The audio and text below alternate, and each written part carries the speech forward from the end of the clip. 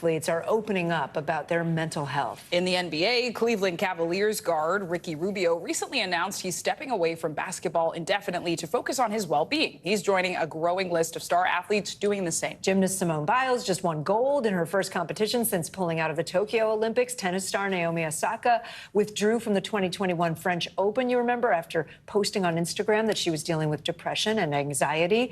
And then there's swimmer and 28-time Olympic medalist Michael Phelps, who has long talked about his mental health struggles. Just some of the examples. Kelly Kitley joins us now on set. She's a psychotherapist and a licensed clinical social worker.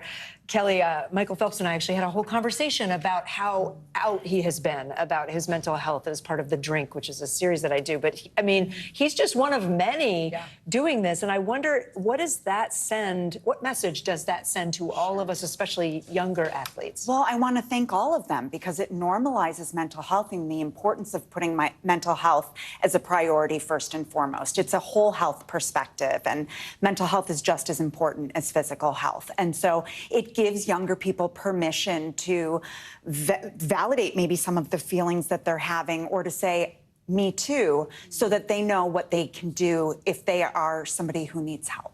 Yeah, and so many athletes have to deal with achievement and winning and losing. So I wonder, what are some of the mental health challenges that athletes often face, and what are some of the warning signs that, oh, I might be dealing with some of this? Sure, great question. So a lot of it can be automatic negative self-talk around criticism, or feeling like they're getting criticism from coaches or parents or competitors. And so it is really important that they do take breaks, that they focus on other areas of life. I know sometimes athletes can be prone to injury, and so that can really affect their mental health as well. So taking a whole perspective in terms of socializing and connecting with other people, because it can be such a rigorous schedule. Yeah, well, that's what I'm sitting here thinking is, like, playing a sport is playing a sport, right? Yeah. It's tough. It can be super competitive, and you have to have that drive, especially if you're going to try to go to a college level or something like that. So is it possible to have both, to have competitive sports in a young person's life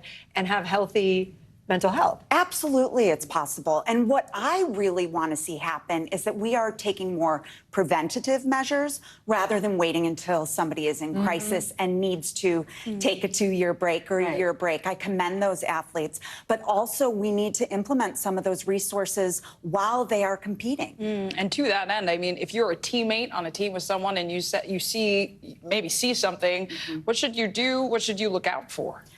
It is so important to have an open dialogue and take a direct approach that is non-judgmental. And so sometimes the signs aren't so obvious, but maybe you notice your teammates pulling back or isolating, or they're not sleeping as much, or they're losing weight. Those are all things that can be indicators that somebody might be struggling with anxiety or depression. Yeah, those are things that parents could definitely notice too.